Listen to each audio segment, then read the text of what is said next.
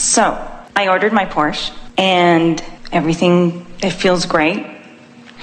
So I think, so where I'm leading with the question is, where is the tipping point between after we spoke last time?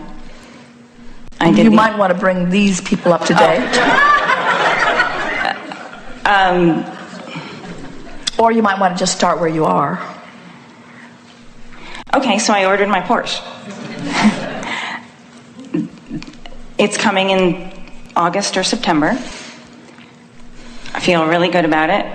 There's some stuff around it I want to understand more, because I ordered it, and it felt like I don't even have to have the Porsche. It was like, it's been fun playing with it. It's been fun thinking about the color and changing my mind, and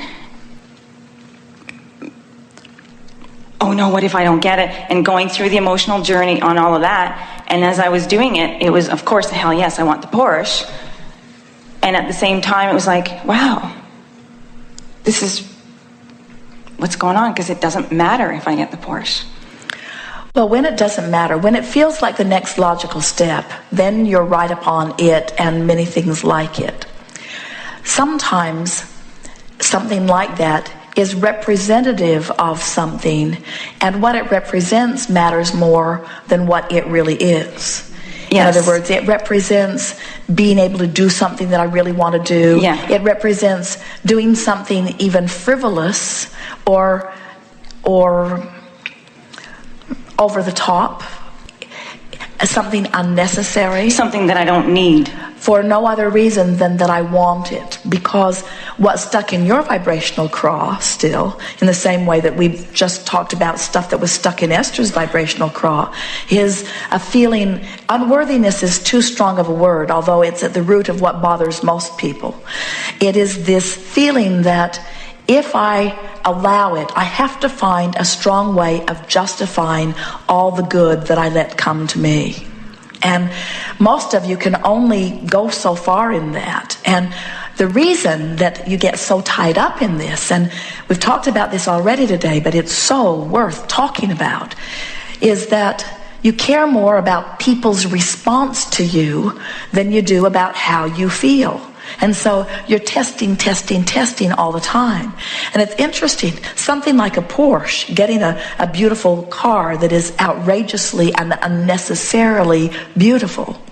Nothing is unnecessarily beautiful. We're just playing your role a little bit there. Something about that, that's going to evoke a whole lot of stuff from a whole lot of people, because someone already tuned in, tapped in, turned on, someone who knows that all things are possible, someone who's already living a very good life would see you in your Porsche or hear about you getting your Porsche and would feel utterly at one with the idea of it. And they would look at you and they would say, but of course you certainly deserve it.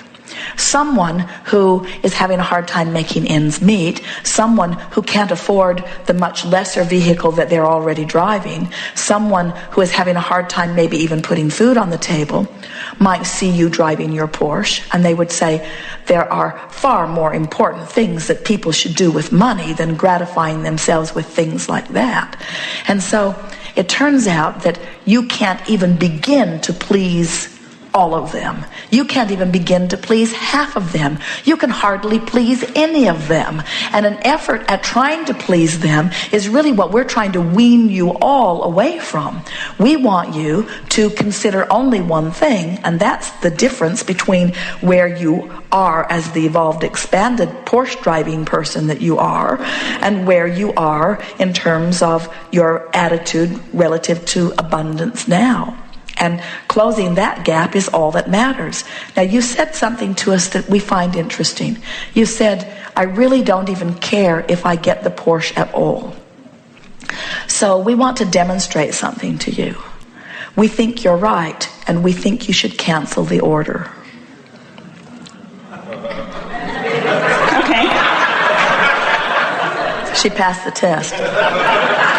Well, we're only kidding about that, but usually, in other words, I would have said that and not really meant it. Yeah.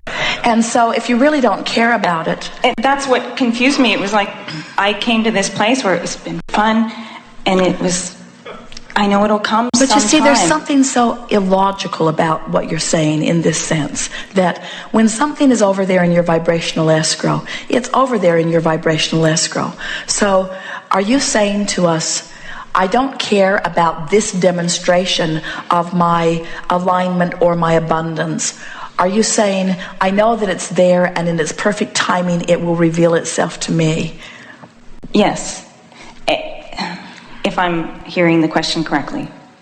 Yes. But we asked it wasn't so significant that it wasn't the symbol that was so significant. It was that I'm here, I'm allowing myself to have this thing, and that whether it's the Porsche, whether it's whatever it is it's fun in the playing of it. It's the journey was fun. Well, the reason we ask the question is because there's something that we can feel that we think is worth sort of sorting out, and that is sometimes when you are aware that something is in your vibrational escrow and you have made the effort to line up with it to the point that you've actually placed the order for it, and then you begin having second thoughts about it or saying, maybe I don't even want this.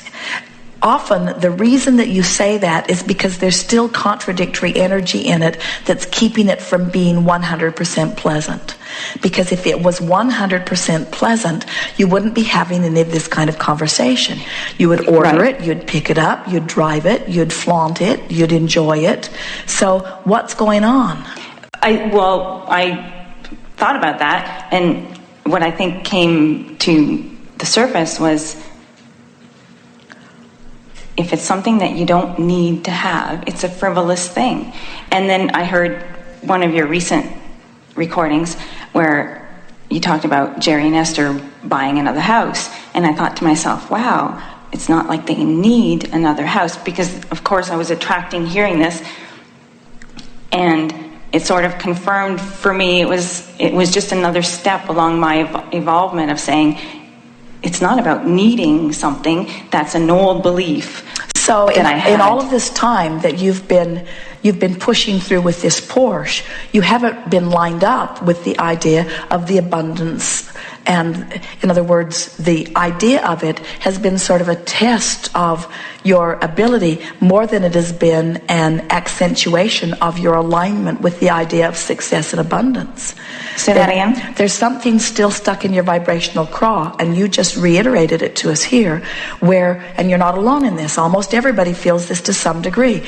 You feel like you have to justify allowing the good stuff to flow to you. Esther remembers on a hot day men out building wooden walkways through her bushes so that she could walk on a rainy day without getting her feet muddy. And they spent weeks building these walkways through the bushes.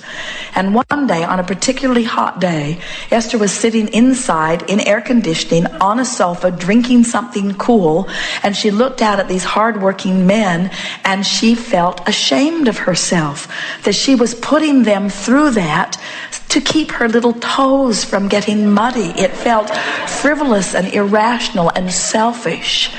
And so she went into the kitchen and she got drinks of all kinds of things that she thought that they might like to drink, and she put it all on a big tray and took it out and put it on the porch and insisted that they all come and drink something cold. And she said to the leader of the crew, I am so sorry that I'm asking you to work on this hot day. And he said, ma'am, we're happy for the work. And he meant it. Esther nearly fell over. It was like two worlds crashing together. She couldn't quite find her place in it. Then she remembered a man in an audience who was so upset he builds $100,000 closets and resents every person that he builds a $100,000 closet for, because nobody should want a $100,000 closet. And we said to him, it puts food on your table. What about the people that are involved in the process? In other words, every dollar you spend puts someone to work, and everyone who's working is gaining in that way. But we don't want to have to give you a lesson on economics to help you to justify the well-being that flows to you. But it's helpful if you give yourself some of that self-talk so that you can bring yourself into alignment with abundance. This is the reason we want you to drive the Porsche. We want you to announce to the world that it's easy to prosper. And we don't want you to drive a Porsche and feel guilty while you drive it. We want you to drive a Porsche and feel exuberant while you drive it. We want you to smile and say to everyone who law of attraction brings to you. Now, law of attraction might bring those who are jealous, if you've still got that going on. Or law of attraction might bring those. Yes, you do. Law of attraction might bring to you someone who is reaching for something. But we want you to be vibrationally in alignment with the well-being that you deserve, and you're not yet. Otherwise, we would not be having this conversation. The conversation we would be having is: I saw a Porsche, I ordered the Porsche, I've got the Porsche, I'm driving the Porsche, I'm flaunting the Porsche, I'm loving the Porsche, I'm in the Porsche, I love this Porsche, it's exactly what's right for me. I knew that it was for a long time, and now I have it, I'm even more sure, you see. So don't feel bad about feeling bad about not wanting to prosper in a world where a lot of people aren't prospering. That's really what's at the heart of this. It's why a lot of people, do you know that there are happy people that tone their happiness down so that unhappy people won't feel so bad? And you know what's at the heart of this? What's at the heart of this is that you are an uplifter to the core of your being, and when you get over there into that really high-flying place, the people who need your help the most don't have vibrational access to you. So you keep deliberately toning your vibration into a place that is less I've noticed that. Yeah. And this is more about that than anything else. So here is our encouragement to you. Get the Porsche or don't get the Porsche, it is irrelevant. But if you get it, line up with it first. If you decide not to get it, line up with that. But don't line up with not getting the Porsche for any other reason than that you've found something more fabulous that you want more.